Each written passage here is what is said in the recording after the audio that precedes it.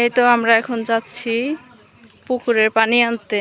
আর এই যে সামনে বিশাল বড় একটা পুকুর আছে, ওখান থেকে রান্না করার পানি আনবো।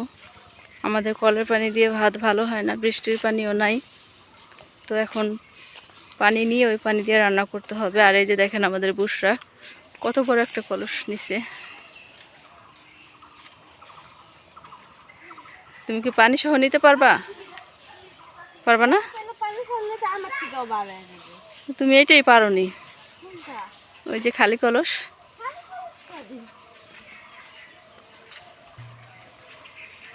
এই যে পাশে এই যে বিশাল পুকুর, এই পুকুরে আগে সবাই গোসল করত, তারপর পানি খেত। এখন অনেক বছর পর আবার এই পুকুরে পানি দিয়ে সবাই রান্না করে। পুকুরটা জঙ্গলে একদম ঢেকে গেছে। এই যে এদিকে এদিকে এদিক দিয়ে যাও। ওই যে বুশরা ওই পুকুর থেকে পানি নেবে, দেখেন পানির কি অবস্থা।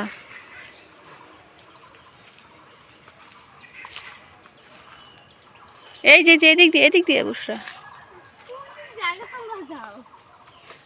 আর এই যে দেখেন এই গাছটায় কত কাঁঠাল হয়েছে, সুন্দর তো কাঁঠালগুলো, অনেক কাঁঠাল হয়েছে, কিন্তু আমাদের বাড়িতে এবার একটা কাঁঠালও হয় নাই এই বছর। এই যে আমার আপা আর আমি আসছি পানি নিতে। এই পানি ভালো আছে, পরিষ্কার, যাওয়া যাবে না এদিক দিয়ে, পরিষ্কারই।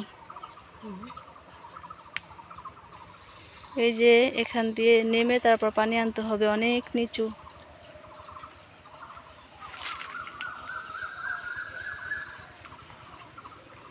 এই যে দেখেন এই গাছের উপর দিয়ে তারপর পানি নিতে হবে। তো এখান থেকে এখন পানি নিয়ে যাব। আর এই যে সম্পূর্ণ পুষ্করিণীটা আপনাদেরকে দেখাই, বিশাল বড়। আর আগে তো অনেক গর্ত ছিল, এখন আস্তে আস্তে ভরে গেছে। আর এই যে কচুরি দিয়ে পুষ্করিণীটা ভরা, এখানে গোসল করা হয় না, তো এই জন্য এরকম আবর্জনা ময়লা। আর শুধু যেখান থেকে পানি নিয়ে খায়, এই যে একটা গাছ পড়ছে, গাছের গোড়া দিয়ে পানি নিয়ে খায়, এই জায়গাটুকু পরিষ্কার আছে।